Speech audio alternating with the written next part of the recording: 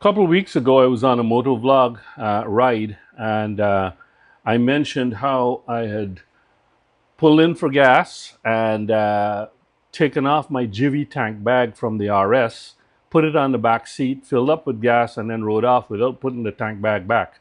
Nobody managed to actually pick up that tank bag and return it to the gas station, or maybe it fell off on the road somewhere. I don't know what, but it's gone.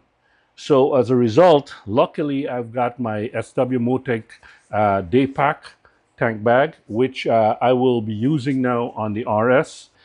With that tank bag, I lost my 18-ounce Takia water. It was a thermos type thing, so very good insulation. I really loved that water bottle, and that fit crossways in that Jivvy tank bag just barely. That same water bottle fits into this day pack, but longitudinally like that, barely, but it fits. So I've got this spare thing that I bought for the S1000, as I mentioned in that video. But to get it to work on the RS, I've got to remove the Jivvy tank ring, and instead I have to install this, which is the SWM EVO Tank Ring. I managed to buy this. I think they're phasing out the EVO series, and they're using the Pro Tank Ring because on the Tiger, I've got a City Pro, a Pro City tank bag, and with a tank ring, a Pro Tank Ring, and that doesn't work on the EVO tank bags like this. But anyway, long story short is today's video, I'm going to be installing this. It's just a simple installation. Unscrew the old one and put this new one on. However, there is a little tip that needs to be passed on for RS owners. Apparently, if you over tighten those screws for the tank ring, you can cause the keyless. It's got a keyless tank cap, so the keyless cannot work sometimes don't work properly. Others have reported this problem. I have never had this problem. I have never had any problem with my keyless system or with the tank cap or anything like that. So I'm hoping to not introduce a new problem now, but I'm aware of this problem thanks to the forums. If you have not joined up to the rswasserboxer.com forums, you're certainly encouraged to do that. There's lots of tips there that you can learn about the RS, and so consider joining that forum. But yeah, I just have to be cognizant of that and make sure that you tighten it very gently all the way around the tank ring so that it evenly sits and it applies pressure and is not kinked in one direction or the other, which is what I suspect causes problems for people not being able to latch their filler caps.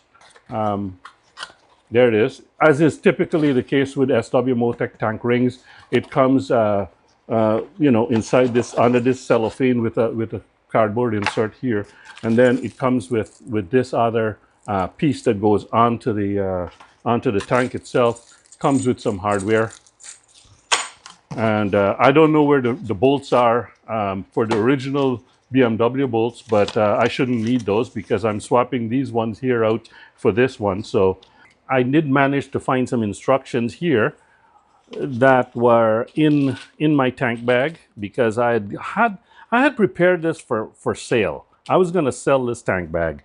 So what I have here is a spacer in case you need to raise the tank bag up from the tank. So there's a spacer, and there's some hardware, I guess, that was pulled off of the S1000. So I had that, but in the bag there are these instructions, and it shows exactly how to install the thing. First of all, you've got this ring here goes on the tank itself, and then this is the other part of the locking mechanism that goes on top of that. So you get some longer bolts, and you get some shorter bolts, and you get some spacers, and this is how you've got to install it. And this here is the installation that I have, installation instructions that I have for that spacer. But the spacer goes between the bag and the carriage or the locking mechanism. So I don't have that installed right now. I don't expect I'll need it because the RS's tank is well behaved. It's nice and flush. So I shouldn't need that at all. So it'll be a straightforward installation of you know, this plate and then that ring on top of it. There's 4 bolts of each kind, so 1, 2, 3, 4 holes. So it should be straightforward. All right, now the spacers would need to go in here so that that ring doesn't sit flush on the nice finish of the tank. So those spacers go there, and then this ring is installed on top of that, and on top of that is the actual tank ring. So that means that longer screws have to be used. These 2 haven't been touched. So right now, this ring, and guys, be careful. You know how garage floors are, right? These spacers have a natural tendency to fall onto the flipping floor, and then you're going to have some additional drama. You know me, I don't like drama, right? So anyway, with these screws not there, that means this ring here is kind of wanting to tip back. So you might have a little trouble kind of catching these screws up again, but we'll test the function of this cap afterwards. But the point I'm trying to make is that that ring has got to be proud of this, or else it'll mar this surface. And not only that, the curvature of the surface is such that it needs a flat plane for that tank ring to be mounted, and right now it's curved. Good. So this is all installed now, and again, I can't stress this enough.